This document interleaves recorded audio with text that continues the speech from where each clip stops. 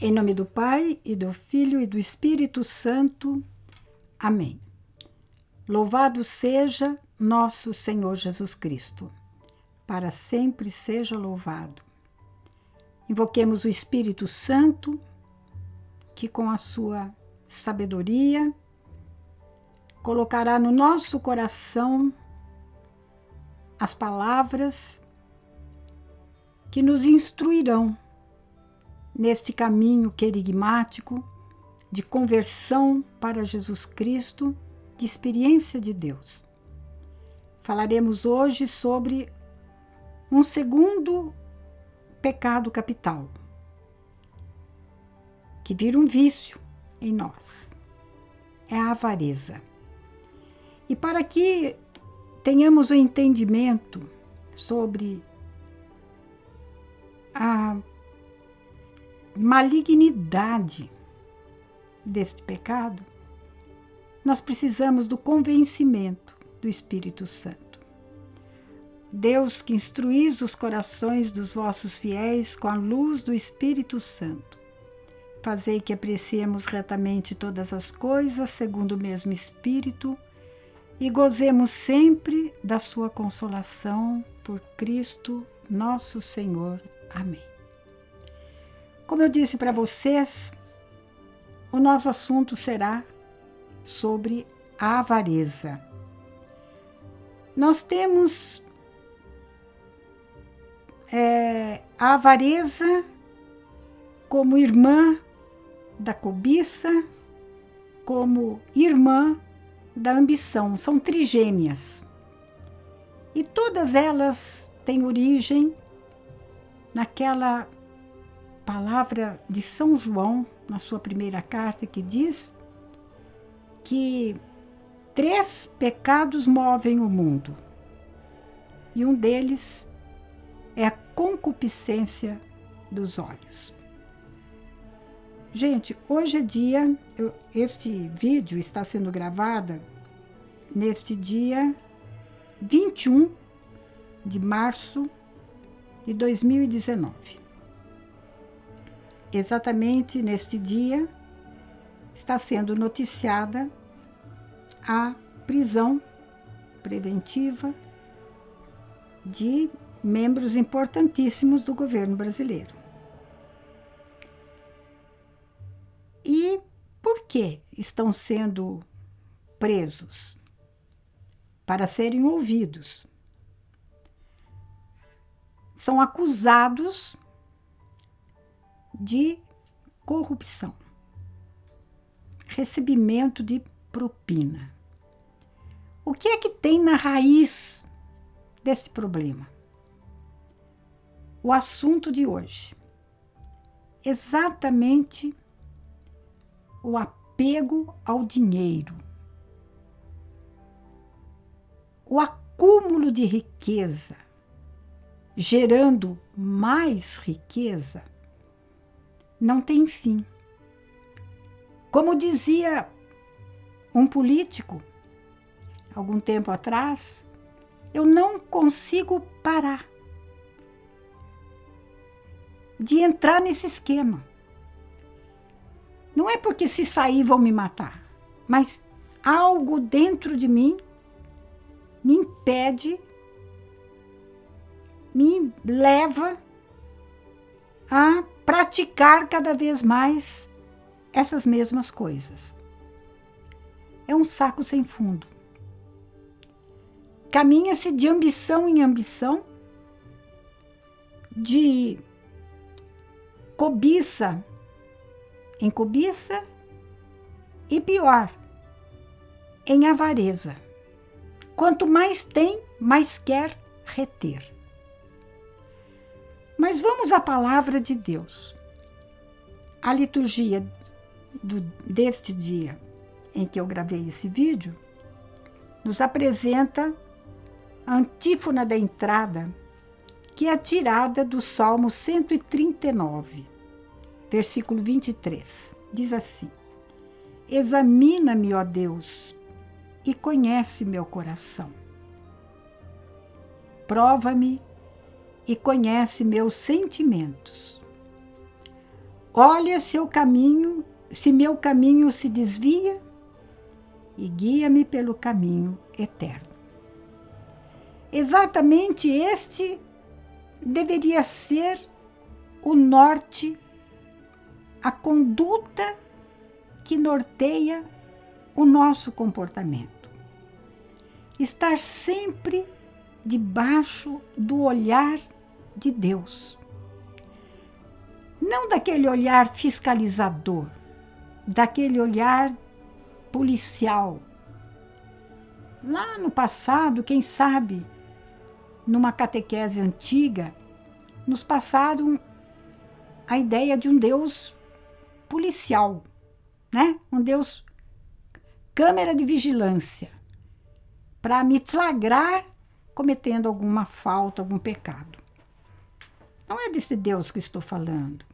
Eu estou falando de um Deus que me olha com o olhar daquela mãe cuidadosa que zela pela integridade de seu filho. E nós pedimos então a Deus que, ao longo desta pequena reflexão, simples também, mas eu quero que seja prática. Eu quero trazer para vocês um conteúdo prático que nos questione, que questione a lisura da nossa vida, diante deste que pode ser uma pedra de tropeço gravíssima na nossa vida, com consequências sociais seríssimas também. Estamos assistindo isso pela televisão. Então, o primeiro comportamento nosso, agora, nesse momento, é nos colocarmos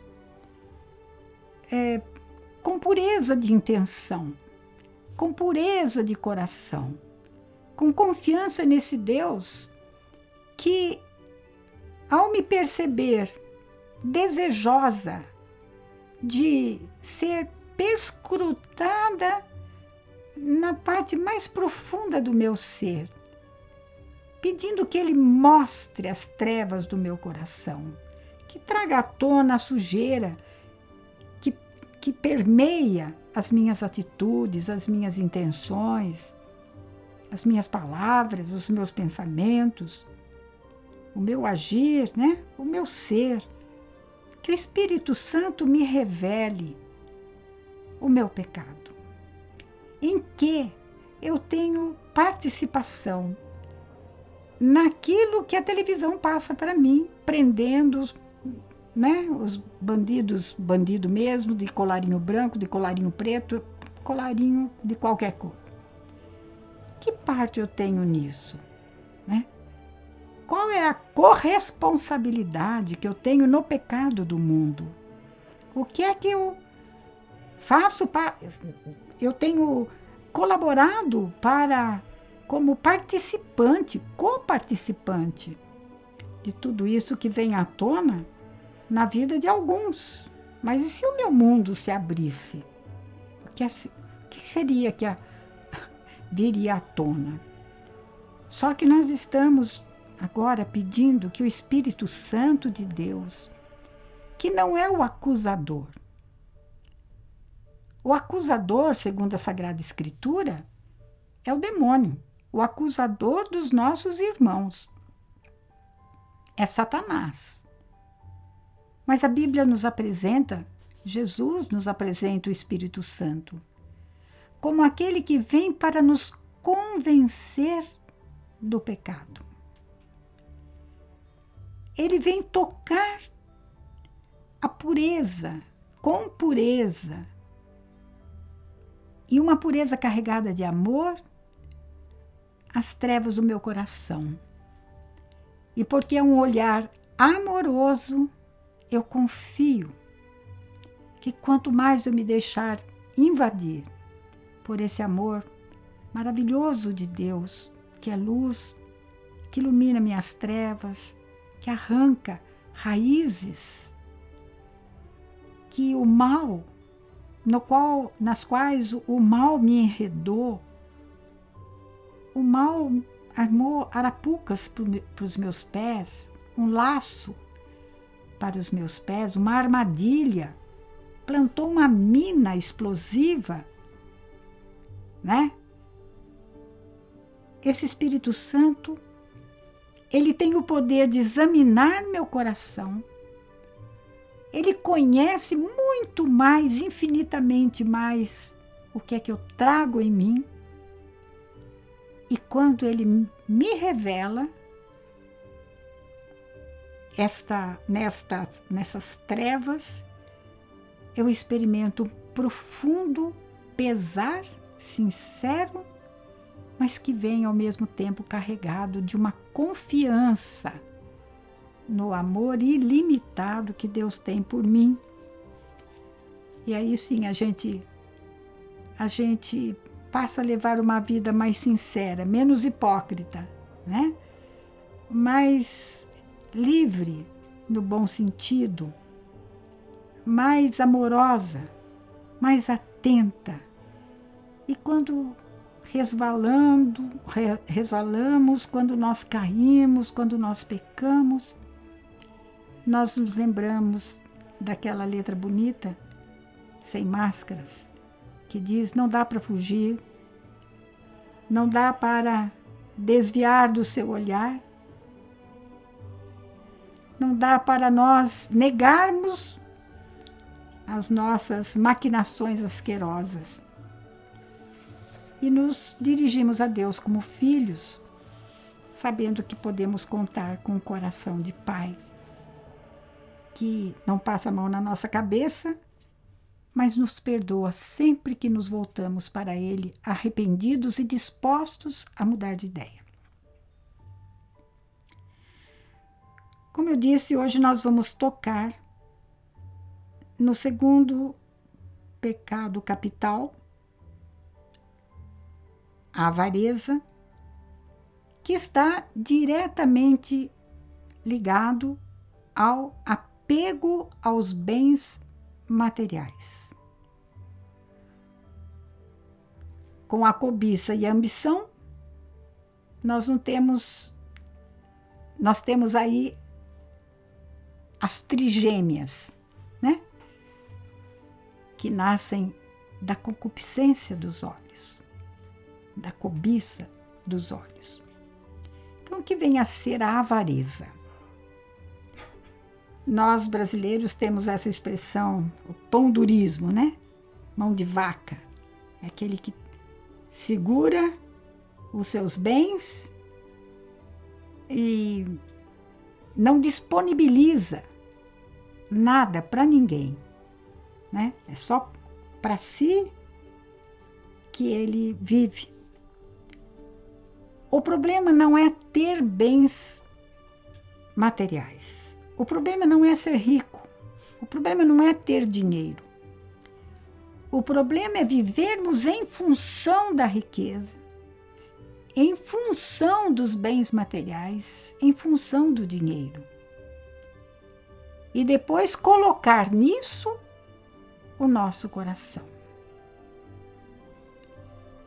No Salmo 62, se não me engano, tem um versículo que diz assim: se vocês virem crescer o seu patrimônio material, não ponham nesse patrimônio, no dinheiro, o apego do seu coração.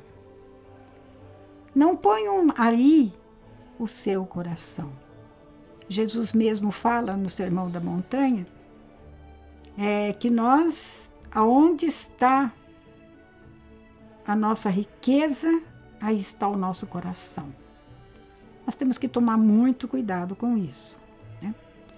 Então, em primeiro lugar, a avareza é o fruto de um apego, né, de um amor desordenado pelos bens materiais. Jesus foi tentado nesta área, quando o demônio o levou ao pináculo do templo e disse: olha, está vendo os reinos daqui? Tudo isso é meu. Mentiu. Tudo isso é meu. E se você se prostrar diante de mim e me adorar, eu dou tudo isso para você. O mundo usa isso para nos tentar, para nos fazer dobrar diante das luzes, né, efêmeras da propaganda e do consumismo. O mundo nos incita, nos provoca para querermos ser o tio Patinhas da vez. Né? O brasileiro tem muito isso. Para encobrir o seu complexo de inferioridade, isso eu li no livro de um sociólogo francês. Ele inventou a tal moda, né? O rei do carnaval, o rei da soja, o rei do tomate, o rei... Nós temos, de vez em quando, todo ano sai, os 10 mais ricos do mundo. Jesus, quando dão as cifras do que eles têm, como é que poderiam manter, né, gente? Manter milhões com uma alimentação mais adequada, com saúde, manter a saúde de povos miseráveis, né?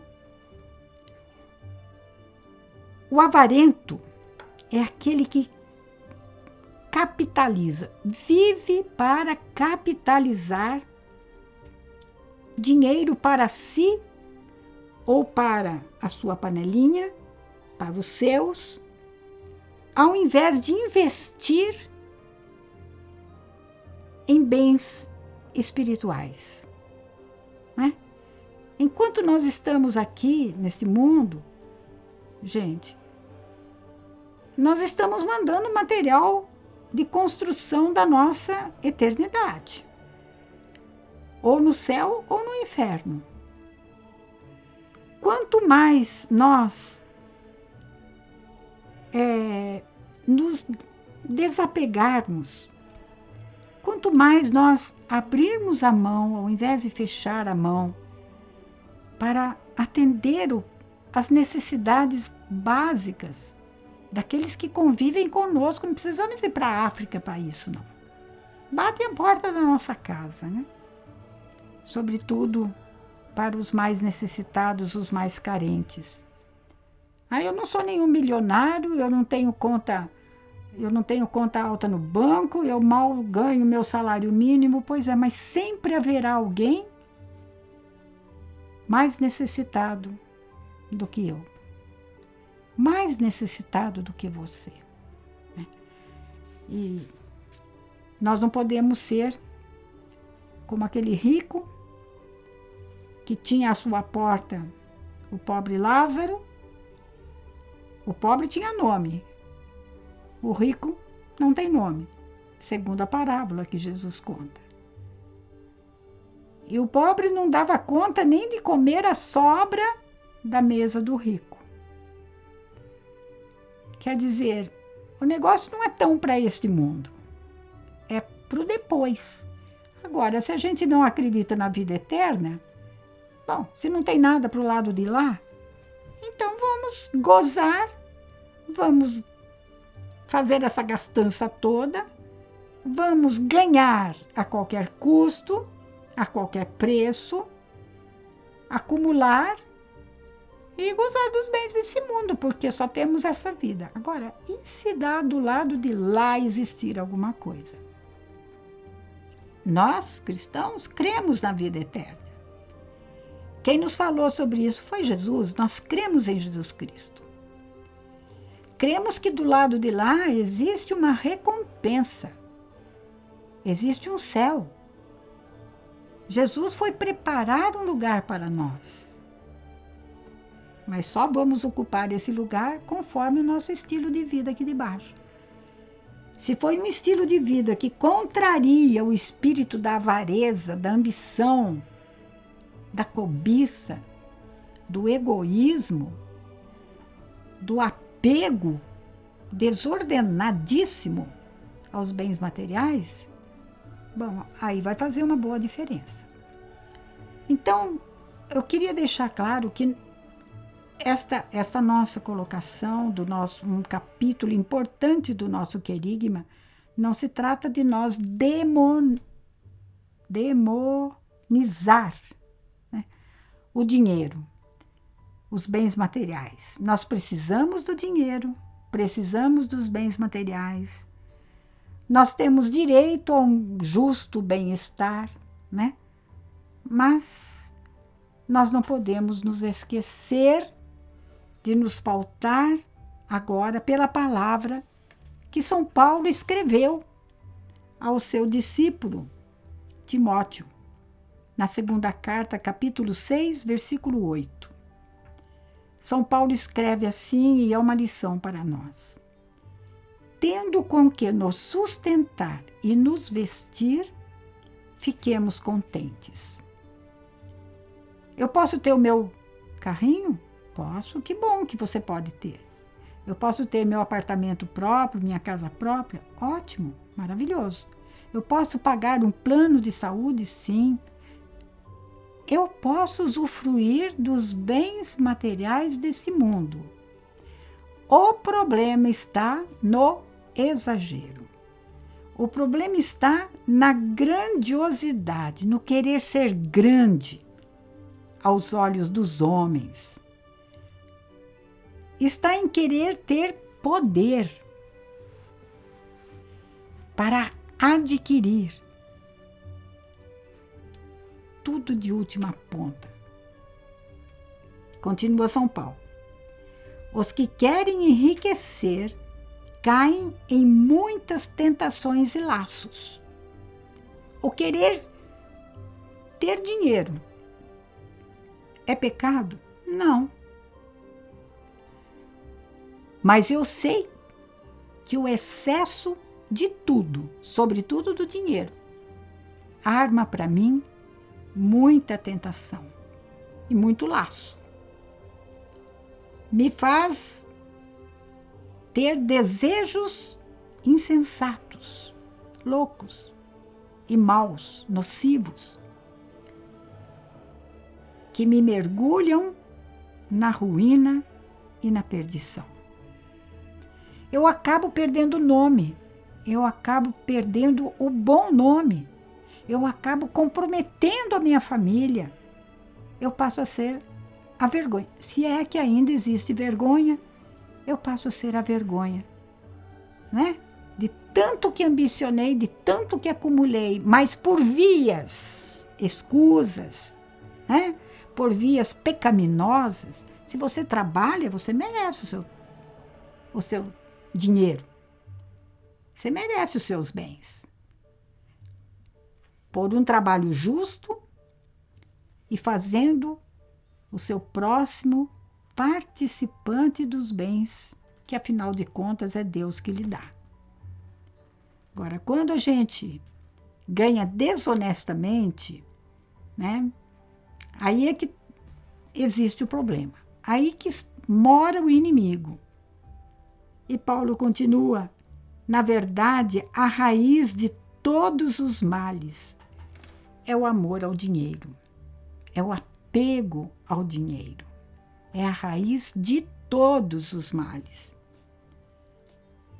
Por se terem entregue a ele, alguns se desviaram da fé e se afligem com inúmeros sofrimentos. Vou dar espaço para a igreja, que no ponto 2409 do nosso catecismo, nos ensina uma coisa preciosa, bem prática, a respeito do 7º mandamento: não roubarás. Mas vamos tentar fazer uma ligação entre este mandamento, não roubar, com a avareza. Tem tudo a ver. Há uma tese, né, segundo a qual todo rico é ladrão. Consequentemente, todo pobre é santo. Será que é verdade essa frase? não acho que ela possa ser levada a ferro e fogo. Aqueles que fazem o seu patrimônio material de um trabalho justo e honesto é mais do que meritório. Mas contanto que também torne o outro necessitado, colabore para o bem comum. Agora, na maioria dos casos, esse patrimônio, quando ele vai só crescendo, tem maracutaia no meio, gente. Tem desonestidade. E nós vamos ver como é que a igreja vai descrevendo essas coisas. Vamos lá, então, no número 2409 do Catecismo. Todo o processo, todo o caminho, todos os passos que se dá para se apoderar injustamente do bem alheio, ou todo o processo, todo o caminho que nós damos para reter injustamente o bem do outro, é contrário ao 7º mandamento, mesmo que não esteja em desacordo com a lei civil. Porque uma coisa pode ser legal e ser imoral. Então, triturando um pouquinho isto, apoderar-me de um bem que é do outro, material, ou reter para mim o bem que é do outro, não é só roubar. O que está no fundo deste roubar é a avareza. Eu não percebo que com isso eu estou não prejudicando aquela pessoa somente, mas estou prejudicando toda uma sociedade. Eu estou me colocando como único beneficiário daquele bem material que eu adquiri injustamente. Roubei de quem quer que seja. Seja de uma empresa, seja de um particular, seja de uma instituição. Isto é movido pela ambição, pela cobiça, né? Pela avareza. Nós não levamos muito a sério o que eu vou falar agora, mas olha o que o catecismo fala. Reter deliberadamente, voluntariamente, bens emprestados ou objetos perdidos, cometer fraude no comércio, pagar salários injustos, subir os preços especulando com a ignorância ou a necessidade dos outros, é sim apoderar-se e reter injustamente o bem do outro ou da comunidade. Há palavras do Antigo Testamento, e Jesus vai ser muito firme nisso também, que dá arrepio. Eu convido vocês a pegar o Deuteronômio 25:13. Eu gosto muito desse livro do Antigo Testamento.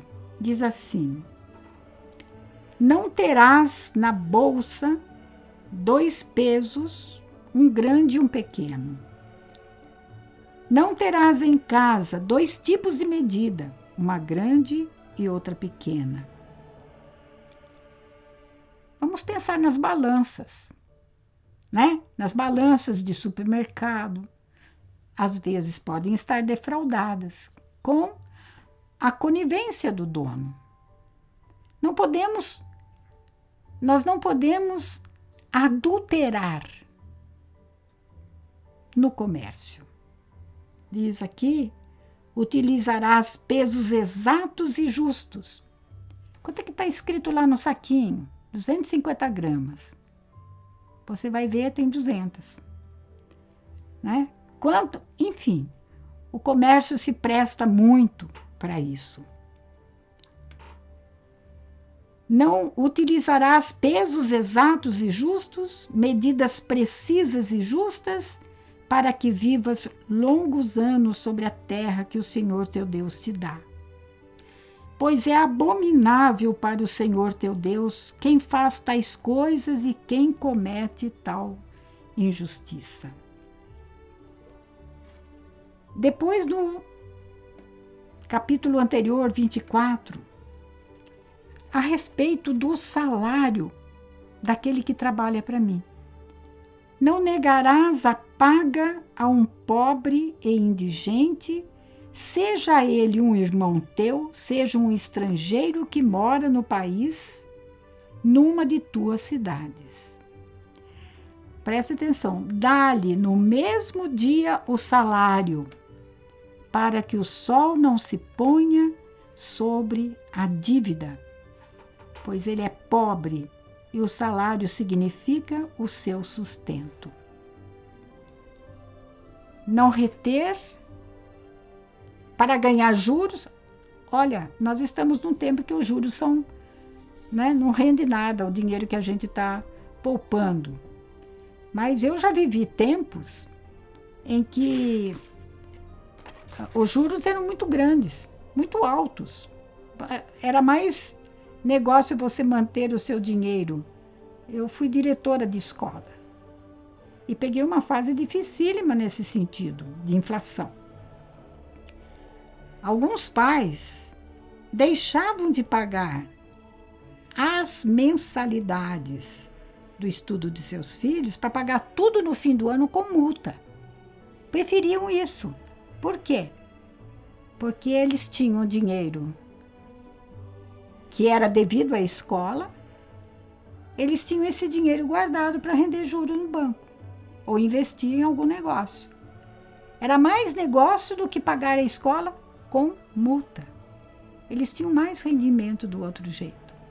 Só que esqueciam que no final do mês eu não podia dizer para o professor, para o funcionário: os pais estão devendo, não posso pagar. Eu tinha que pagar. Vocês estão entendendo como esse pecado é generalizado? O tal do jeitinho brasileiro nos torna um povo, em geral, genericamente falando, temos exceções, graças a Deus, mas desonestos. Povo assim, que come pelas beiradas, que trabalha debaixo dos panos, que tem muita segunda intenção. Pagar salário injusto. O salário mínimo já é um salário injusto. Por quê? Porque é mínimo. E Jesus tem uma palavra para os fariseus que eu acho que se aplica bem a nós. Se a vossa justiça não for além da justiça dos fariseus, vocês não entrarão no reino dos céus. Qual era a justiça do fariseu? Olho por olho, dente por dente. A justiça do fariseu era: o que a lei manda é o que eu pago. Ora, se eu tenho posses, posso pagar além do mínimo e não pago, você está legal, mas você está sendo imoral.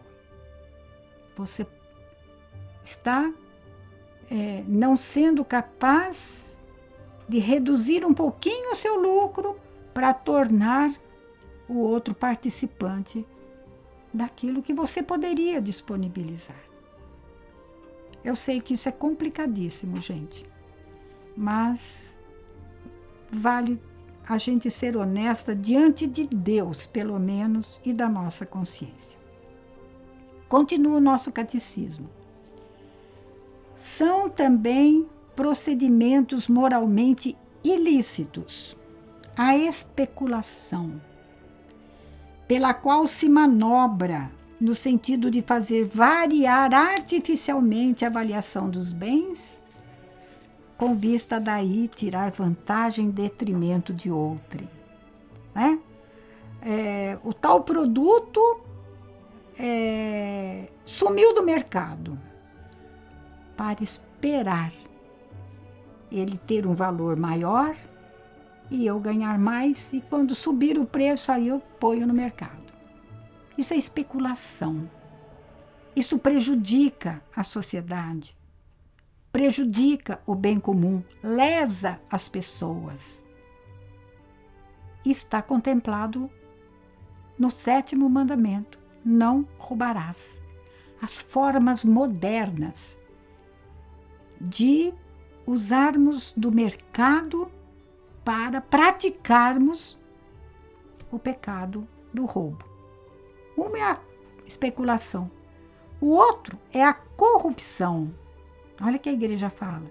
Pela qual se desvia o juízo, a reta razão, a luz da razão. Pela corrupção, nós desviamos a consciência das pessoas que devem tomar decisões segundo o direito. A justiça é dar a Deus o que é de Deus e o direito é dar ao próximo o que é do próximo. A corrupção, além de não dar a Deus o que é de Deus, tira do outro o que é direito do outro. Então, eu não preciso explicar mais nada sobre a corrupção, porque nós estamos tendo lições atrás da outra pela televisão, que se tornou assim uma escola para nós, de bem e de mal. Quando revela, põe diante dos nossos olhos a podridão, né, na qual os nossos governantes, de um modo geral, os nossos políticos, nossos juízes estão mergulhados. Gente, não tem como. O terceiro procedimento ilícito, né, imoral, é a apropriação e o uso privado dos bens sociais. Apropriação e uso privado. Tal instituição, tal empresa é para render lucro, para o país caminhar, investir, dar emprego, saúde, boa educação, mas alguém se apropria, um grupo se apropria daquela instituição, que é um bem social. Foi o povo que construiu aquela instituição. E você passa a mão nela. A apropriação e o uso privado de bens sociais de uma empresa. Eu não preciso nem dar nomes aqui, porque eu sei que já passou pela sua cabeça algumas. Os trabalhos mal executados é uma forma de roubar, seja o Estado, seja o particular. Eu não sou pontual na entrada, não sou pontual na saída, registro lá no livro do ponto o horário correto, mas faço de modo diferente, faço corpo mole, faço operação, esqueci o nome agora, mas aquela operação câmara lenta. Eu não me dedico a me aperfeiçoar para corresponder à expectativa da empresa na qual eu trabalho. Eu sou meia boca nas coisas que eu faço. Trabalho mal executado. O serviço público. O serviço público. Pessoas que tratam mal o público, não atendem, que fica lá no celular e a fila esperando. É roubar. Você está ganhando de forma ilícita, imoral, para não fazer nada. Está tudo ligado a esta raiz capital, o pecado da avareza. Outro procedimento ilícito, a fraude fiscal. O tal de nota sem nota, nota fria, nota quente, o tal de utilizar a nota de outra pessoa para justificar um gasto que Deus sabe aonde que foi parar. Fraude fiscal. Quanto é que você quer que eu ponha aqui no cupom fiscal que você gastou no restaurante porque você vai ter que apresentar para sua empresa? Põe R$50, eu gastei 20. Poxa. A falsificação de cheques e faturas. As despesas excessivas. O desperdício. O Brasil está entre os países que mais está, se não está na frente, está em segundo lugar. Desculpem. Os países que mais desperdiçam. Desperdiça material de escritório. Gente, quantas vezes eu falava assim para o público que me ouvia: quem tem um papel aí para me emprestar, por favor? Alguém me entregava uma folha, né, com o timbre Secretaria da Educação do Estado de Minas Gerais. Eu falei: mas onde você adquiriu esse papel? Tem um monte lá na minha casa. Mas como? Não, mas lá na secretaria onde eu trabalho, todo mundo leva para casa. Ô, gente, isso já aconteceu comigo. O desperdício. Botar a mão no que não é meu. Por quê? Porque eu tendo isso comigo, eu não preciso comprar. Vou ganhar. Vou poupar. Causar voluntariamente um prejuízo em propriedades privadas ou públicas. O gato. Na eletricidade. Na energia elétrica. Em antena de televisão. Em esgoto. Rede de esgoto. De água. Tudo isso é contra a lei moral e exige reparação. Aí você fala assim: puxa, as consequências sociais a gente já sabe, não precisa explicar. Mas, será que as condições de vida na qual a roubalheira, por ambição, por cobiça, por avareza, por amor desregrado ao dinheiro, será que tudo isso de poucos não gera também uma sociedade corrupta e corruptora, corrompida e corruptora? Louvado seja nosso Senhor Jesus Cristo. Em nome do Pai, do Filho e do Espírito Santo. Amém. Você pode acompanhar melhor o nosso querigma através do livro Itinerário Querigmático, Reflexões e Roteiro, autora Ama Ângela, editora O Lutador. À venda na Comunidade Católica Nova Aliança, sede em Belo Horizonte, Minas Gerais. Ligue para 31 3443 4813 ou solicite a aquisição através de amar@novaalianca.com.br.